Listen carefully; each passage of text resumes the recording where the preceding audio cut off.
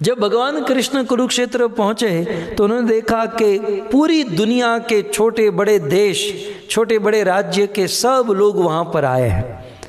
कहते हैं बड़े बड़े मत्स्य, उशिनर, कौशल, विदर्भ, कुरु, सृंजय, काम्बभोज, कैकई, मगध, कुंती, आनर्त, केरल, ये सभी देश के राजा अपनी पूरी प्रजा को लेकर कुरुक्षेत्र की भूमि में आए थे सूर्य ग्रहण के समय उस पवित्र पंचक कुंड में, सरोवर में स्नान करने के लिए।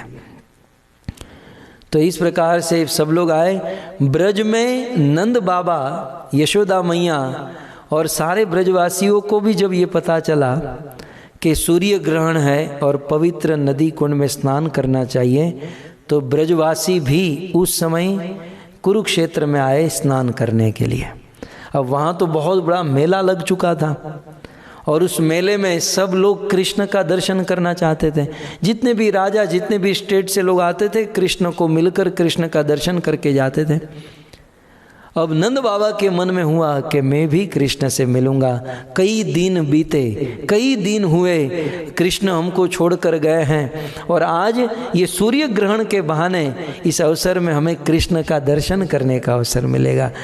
नंद और यशोदा बिल्कुल गरीब होकर, दरिद्र होकर, एक दरिद्र की भांति बड़े ऐश्वर्यमयशाली। अब कृष्ण तो राजा थे द्वारिका नगरी के, बहुत बड़े, और कृष्ण के आजू बाजू में बहुत सारे सैनिक, सैन्य और बहुत अंतपुर में भगवान श्री कृष्ण थे।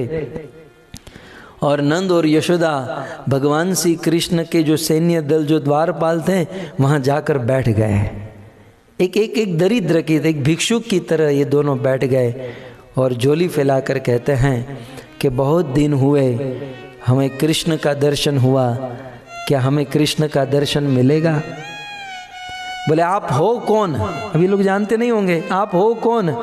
बोले कृष्ण को अंदर जाकर कहो कि ब्रज से, वृंदावन से नंद और यशोदा आए हैं। वो द्वारपाल अंदर गया और भगवान कृष्ण सोने के आसन पर बैठे थे और कहा कि प्रभु आपको मिलने के लिए ब्रज से नंद और यशोदा आए हैं। भक्तों, नंद और यशोदा की बात सुनकर भगवान कृष्ण दौड़ने लगे। उनका उत्तरीय गिर गया, बाल बिखर गए, मुकुट गिर गया और कृष्ण को कोई सुध-बूध नहीं रही और दौड़कर अपने माता पिता के पास गए और माता पिता को चरणों में प्रणाम किए। नंद ने गले लगाया, यशोदा ने गले लगाया। कई समय से कृष्ण के विरह में आतुर थे, रो रहे थे। आज सूर्य ग्रहण के समय इस कुरुक्षेत्र की भूमि में नंद, यशोदा और उनके बेटे कृष्ण का मिलन हुआ।